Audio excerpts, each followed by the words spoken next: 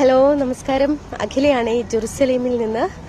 ഇന്ന് 19/6/2025 ഇസ്രയേൽ സമയം 5:36 PM കേട്ടോ. അപ്പോൾ ഇന്നത്തെ ഒരു അപ്ഡേഷൻ പറയാൻ വേണ്ടിയിട്ട് വന്നതാണ്. അപ്പം ഇന്ന് ഞാൻ റൂമിലിരുന്ന് വീഡിയോ ചെയ്യുന്നതെന്നാണ് എല്ലാവരും പറയുന്നത്. അപ്പം ഇന്ന് എനിക്ക് പുറത്ത് കൊണ്ടൊരു ആവശ്യം ഉണ്ടായിരുന്നു, ഹോസ്പിറ്റൽ വരെ പോകണമായിരുന്നു. അപ്പോൾ അതിനുവേണ്ടി പുറത്തിറങ്ങിയപ്പോൾ നിങ്ങളെയും കൂടെ ആ കാഴ്ചകൾ കാണിക്കാമെന്ന് വിചാരിച്ചു.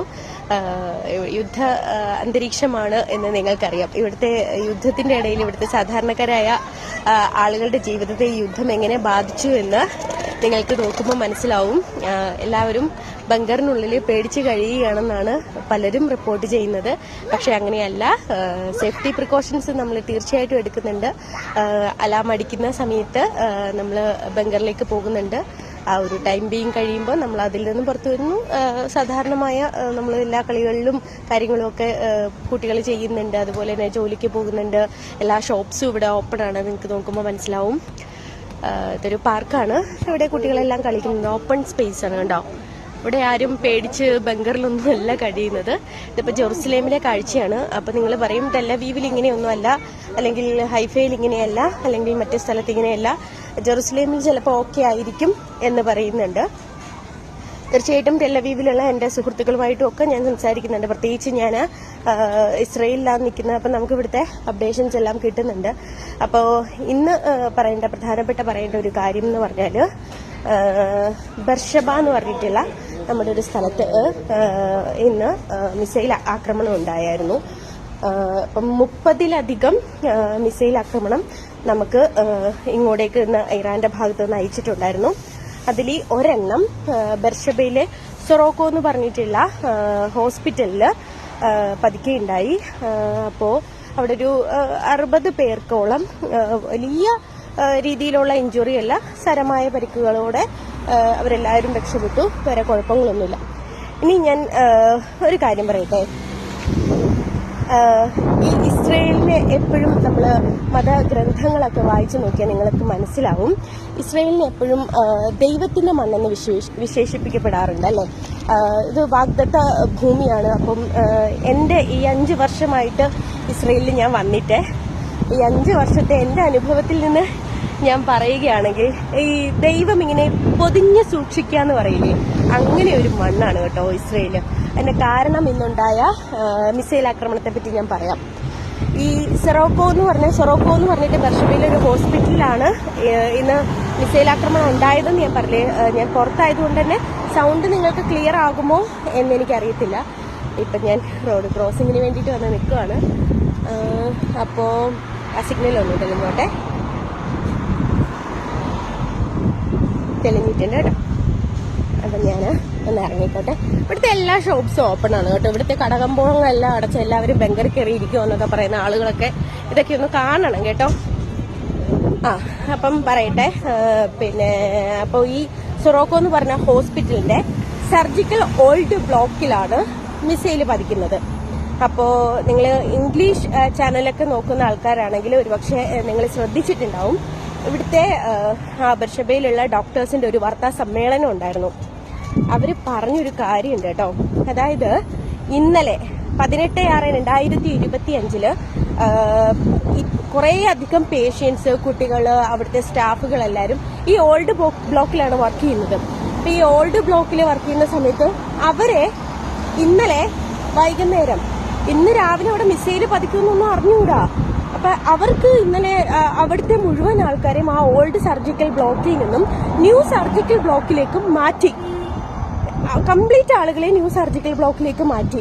അവിടെയാണ് ഇന്ന് രാവിലെ 8:15 AM മിസൈല് പതിക്കുന്നത്.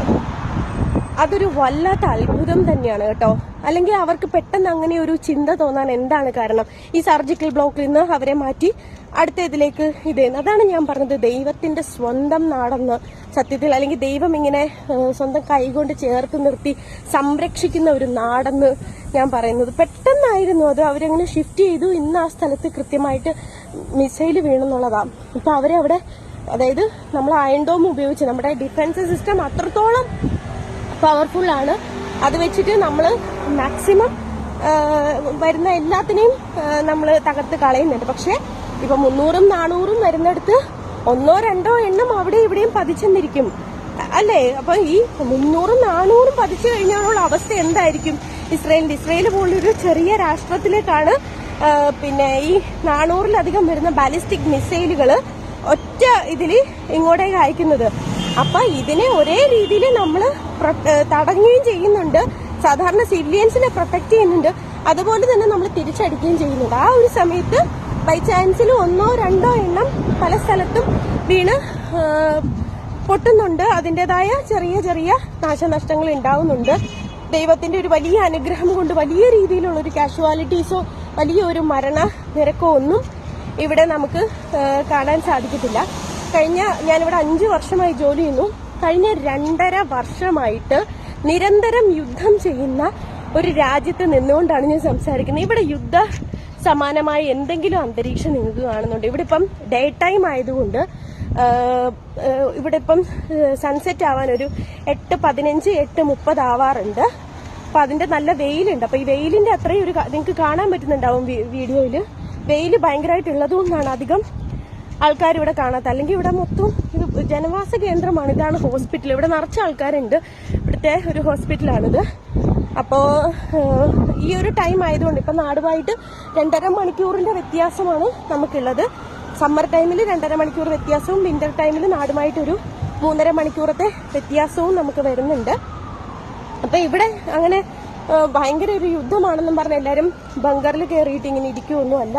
ഇവിടെ സാധാരണ ജീവിതം തന്നെയാണ് ഇവിടുത്തെ എല്ലാ ആൾക്കാരും നയിച്ചുകൊണ്ടിരിക്കുന്നത്. അല്ലാതെ ഈ ആർട്ടിഫിഷ്യൽ ഇന്റലിജൻസ് പ്രകാരം പ്രചരിപ്പിക്കുന്ന ഒരുപാട് വ്യാജ വീഡിയോകൾ നമ്മുടെ സോഷ്യൽ മാധ്യമങ്ങളിൽ വരുന്നുണ്ട്. അത് കണ്ടിട്ട് ഇസ്രയേൽ മുഴുവൻ തകർന്ന തരിപ്പണമായി പോയി, അല്ലെങ്കിൽ അവിടെ ഒന്നും തന്നെ ബാക്കിയില്ല എന്ന് പറയുന്നവർക്ക് വേണ്ടിയാണ് ഞാൻ ഈ വീഡിയോ എടുത്തിരിക്കുന്നത്. അപ്പോ ഇവിടെ അങ്ങനത്തെ യാതൊരുവിധ വലിയ ആശങ്കപ്പെടുത്തുന്ന സിറ്റുവേഷനോ കാര്യങ്ങളോ ഒന്നും തന്നെ ഇല്ല. നമ്മുടെ മലയാളികൾ എല്ലാവരും ഇവിടെ സേഫ് ആയിട്ട് തന്നെ ഇരിക്കുകയാണ്. ഇവിടുത്തെ സിവിലിയൻസ് ആയാലും സേഫാണ്. പിന്നെ അവിടെ എവിടെയായിട്ട് ഇപ്പോൾ 1-2 മിസൈൽസ് ബൈ ചാൻസിൽ വന്ന് പതിക്കുമ്പോൾ ഉണ്ടാവുന്ന ചെറിയൊരു നാശനഷ്ടം ഒഴിച്ചു കഴിഞ്ഞാൽ ഇവിടെ യാതൊന്നും തന്നെ പ്രത്യേകിച്ച് മാറ്റങ്ങളോ കാര്യങ്ങളോ ഒന്നും തന്നെ സംഭവിക്കുന്നില്ല. അപ്പോൾ പറഞ്ഞു വന്ന ഒരു പ്രധാനപ്പെട്ട പോയിന്റിൽ നിന്ന് ഞാൻ വഴി തെറ്റിപ്പോയി. അല്ലെങ്കിൽ ഞാൻ വർത്തമാനം പറഞ്ഞു തുടങ്ങി എങ്ങനെയാ.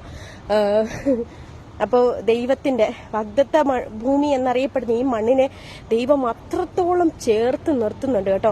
നിങ്ങൾ ഇപ്പൊ ഈ വീഡിയോ കാണുന്ന പലരും ദൈവവിശ്വാസികളായിരിക്കാം, നിരീശ്വര വിശ്വാസികളായിരിക്കാം, അവനവന്റെ മതത്തില് വിശ്വസിക്കുന്ന ആൾക്കാർ ആ വിശ്വസിക്കുന്ന ദൈവത്തെ ചേർത്ത് പിടിക്കുന്നുണ്ട്. പക്ഷെ പറയാതിരിക്കാൻ പറ്റത്തില്ല കേട്ടോ. ഈ ഒരു മണ്ണെന്ന് പറഞ്ഞ ഉണ്ടല്ലോ, പണ്ട് ഞാനിവിടെ വരാനായിട്ട് വിസയ്ക്ക് വേണ്ടിയിട്ട് വെയിറ്റ് ചെയ്തിരിക്കുന്ന ഒരു സമയത്ത് എന്റെ ഫ്രണ്ട്സ് ഉണ്ട്. അപ്പൊ അവർ നേരത്തെ ഇവിടെ ഇസ്രായേലിലെത്തി എന്റെ കൂട്ടുകാർ പറയുന്നുണ്ട്, അവരുടെ മതഗ്രന്ഥത്തിൽ പരാമർശിക്കുന്നുണ്ട്, നിയോഗമുള്ളവർക്ക് മാത്രമേ ഈ ഭൂമിയിൽ കാലുകുത്താൻ പറ്റുള്ളൂ എന്ന് കേട്ടോ. തീർച്ചയായിട്ടും അത് സത്യമാണെന്ന് എന്റെ അനുഭവത്തിലൂടെ എനിക്കത് മനസ്സിലായിട്ടുണ്ട്. കാരണം ഭയങ്കര എല്ലാ രാജ്യത്തും പെട്ടെന്ന് എത്തിപ്പെട്ട് പോകാൻ പറ്റുന്ന പോലെ അത്ര ഈസി ആയിട്ട് ഇസ്രയേലിൽ വരാൻ പറ്റത്തില്ല. കുറെ അധികം പ്രൊസീജിയർ ഉണ്ട്. പിന്നെ അതിനേക്കാളൊക്കെ ഉപരി നമ്മൾ ഭാഗ്യം എന്ന് പറയും. പക്ഷേ അതിന് എനിക്ക് നിയോഗം എന്ന് പറയാനാണ് ഇഷ്ടം. ആ നിയോഗമുള്ളവർക്ക് മാത്രം എത്തിച്ചേരാൻ പറ്റുന്ന ദൈവത്തിന്റെ മണ്ണിൽ നിന്നുകൊണ്ടാണ് ഞാൻ സംസാരിക്കുന്നത്. അപ്പോൾ ഇവിടെ സത്യം എനിക്ക് എൻ്റെ ജീവിതത്തിൽ തന്നെ പല മിറക്കിൾസും ഈ മണ്ണിൽ നിന്നുകൊണ്ട് എനിക്ക് ഉണ്ടായിട്ടുണ്ട്. അതൊരു പച്ചയായ സത്യമാണ് കേട്ടോ. അത് എനിക്ക് എൻ്റെ ജീവിതത്തിൽ ഉണ്ടായ കാര്യങ്ങൾ എനിക്കല്ലാതെ മറ്റാർക്കാണ് പറയാൻ പറ്റുക. പല കാര്യത്തിലും എനിക്ക് തോന്നിയിട്ടുണ്ട്. പല കാര്യങ്ങൾ അതിപ്പോൾ ഓരോന്നായിട്ട് എനിക്ക് നിങ്ങളോട് പറയാൻ പറ്റില്ല. പല കാര്യത്തിലും എനിക്ക് തോന്നിയിട്ടുണ്ട് എത്രത്തോളം കരുതലോടെയാണ് ഇവിടുത്തെ ജനങ്ങളെ ഈ ദൈവം ചേർത്ത് നിർത്തുന്നത്. ഈ മണ്ണിനെ എത്രത്തോളം മനോഹരമായിട്ടാണ് ദൈവം പ്രൊട്ടക്ട് ചെയ്ത് നിർത്തുന്നത്. അല്ലെങ്കിൽ ഒന്ന് ആലോചിച്ച് നോക്കിയേ, ലോക ഭൂപടത്തിൽ ഏറ്റവും ചെറിയൊരു രാജ്യം, അതിൽ തന്നെ ഏറ്റവും കുറവ് പോപ്പുലേഷനുള്ള ഒരു രാജ്യം, ആ രാജ്യത്തിനെ ജനങ്ങൾ, ജൂത സമൂഹം എന്ന് പറഞ്ഞാൽ വളരെ പോപ്പുലേഷനിൽ അത്രയും കുറവാണ്. ആ സമൂഹത്തിലെ ജനങ്ങൾക്ക് എത്രയോ വർഷങ്ങളായിട്ട് ഇവിടെ യുദ്ധമാണ്. ഇപ്പൊ തന്നെ നിങ്ങൾക്ക് കാണുന്നുണ്ട് 13-ാം തീയതി മുതൽ ഇവിടെ ഇറാന്റെ ഭാഗത്തു നിന്ന് വളരെ ശക്തമായിട്ടുള്ള ആക്രമണമാണ് അവരിങ്ങോട്ട് വിടുന്നത്. അത്രയും ചെറിയൊരു രാജ്യം, അത്രയും ചെറിയ പോപ്പുലേഷനുള്ളൊരു രാജ്യം, ഈ ദൈവത്തിന്റെ ഇടപെടൽ അതൊരു സയന്റിഫിക്, എത്ര നമ്മൾ ശാസ്ത്രീയപരമായിട്ട് സയന്റിഫിക്കലി ഉള്ള സംഭവങ്ങളൊക്കെ ഉണ്ടെന്ന് പറഞ്ഞാലും ഒരു രക്ഷാ കവചം ഉണ്ടല്ലോ, ദൈവത്തിന്റെ ഒരു രക്ഷാ കവചം എന്ന് നമ്മൾ പറയത്തില്ലേ, അത് ഈ മണ്ണിന് മുകളിൽ ഉറപ്പായിട്ടും ഉണ്ട് കേട്ടോ. അല്ലെങ്കിൽ എന്താകുമായിരുന്നു സത്യത്തിൽ ഈ ഒരു രാജ്യത്തിന്റെ ഒരു അവസ്ഥ. അപ്പം അത്രയും ദൈവം ചേർത്ത് നിർത്തുന്ന, അല്ലെങ്കിൽ അത്രയും ദൈവം ചേർത്ത് നിന്ന ഈ രാജ്യത്തിനെ ആര് വിചാരിച്ചെന്ന് പറഞ്ഞാലും അങ്ങനെയൊന്നും തകർക്കാൻ പറ്റത്തില്ല കേട്ടോ. അങ്ങനെയാണെങ്കിൽ നിങ്ങൾ പലയിടത്തും നിങ്ങൾ ന്യൂസുകൾ കാണുന്നതായിരിക്കും, ഈ യുദ്ധ സമാനമായ ഒരു അന്തരീക്ഷത്തിൽ ജീവിക്കുന്ന ജനങ്ങളുടെ ആശങ്ക, അല്ലെങ്കിൽ അവിടുത്തെ ഒരു ജീവിതമൊക്കെ ഈ കഴിഞ്ഞ 2.5 വർഷമായിട്ട് നിർത്താതെ യുദ്ധം ചെയ്തുകൊണ്ടിരിക്കുന്ന ഒരു മണ്ണായി ഇപ്പൊ നിങ്ങളുടെ മുന്നിൽ നിങ്ങൾ കണ്ടുകൊണ്ടിരിക്കുന്നത്. ഇവിടെ യുദ്ധത്തിൻ്റെതായ എന്തെങ്കിലും ഒരു ആശങ്കയോ ആൾക്കാരെ കാണാതിരിക്കലോ അല്ലെങ്കിൽ ഒരു ഭീതിയോ ഒക്കെ നിങ്ങൾ ഇവിടെ കാണുന്നുണ്ടോ? ഇവിടെ അങ്ങനത്തെ ഒരു സംഭവങ്ങളും ഇല്ലെന്നേ. എത്ര ഹാപ്പി ആയിട്ടാണെന്നറിയോ ഇവിടുത്തെ ജനങ്ങൾ പോകുന്നത്. പക്ഷെ തീർച്ചയായിട്ടും യുദ്ധം എന്ന് പറയുമ്പോൾ അവർക്ക് ആ സമയത്തുണ്ടാവുന്ന ഒരു ആശങ്കയുണ്ട്. അത് കഴിഞ്ഞു കഴിഞ്ഞാൽ ഈ യുദ്ധം എന്നല്ല, ഈ സൈറൻ അടിക്കുമ്പോൾ ഉണ്ടാവുന്നൊരു പേടി അല്ലെങ്കിൽ ഒരു ആശങ്കയുണ്ട്. അത് കഴിഞ്ഞു കഴിഞ്ഞാൽ ഇവരെല്ലാവരും ഓക്കെയാണ്. അല്ലാതെ വേറെ പ്രശ്നങ്ങളോ കാര്യങ്ങളോ ഒന്നും തന്നെ ഇവിടെ ഇല്ല. പിന്നെ തീർച്ചയായിട്ടും ദൈവം പ്രൊട്ടക്ട് ചെയ്യുന്ന ഈ മണ്ണ് ഇങ്ങനെ തന്നെ നിലനിൽക്കും. നമുക്ക് എല്ലാവർക്കും പ്രാർത്ഥിക്കാം.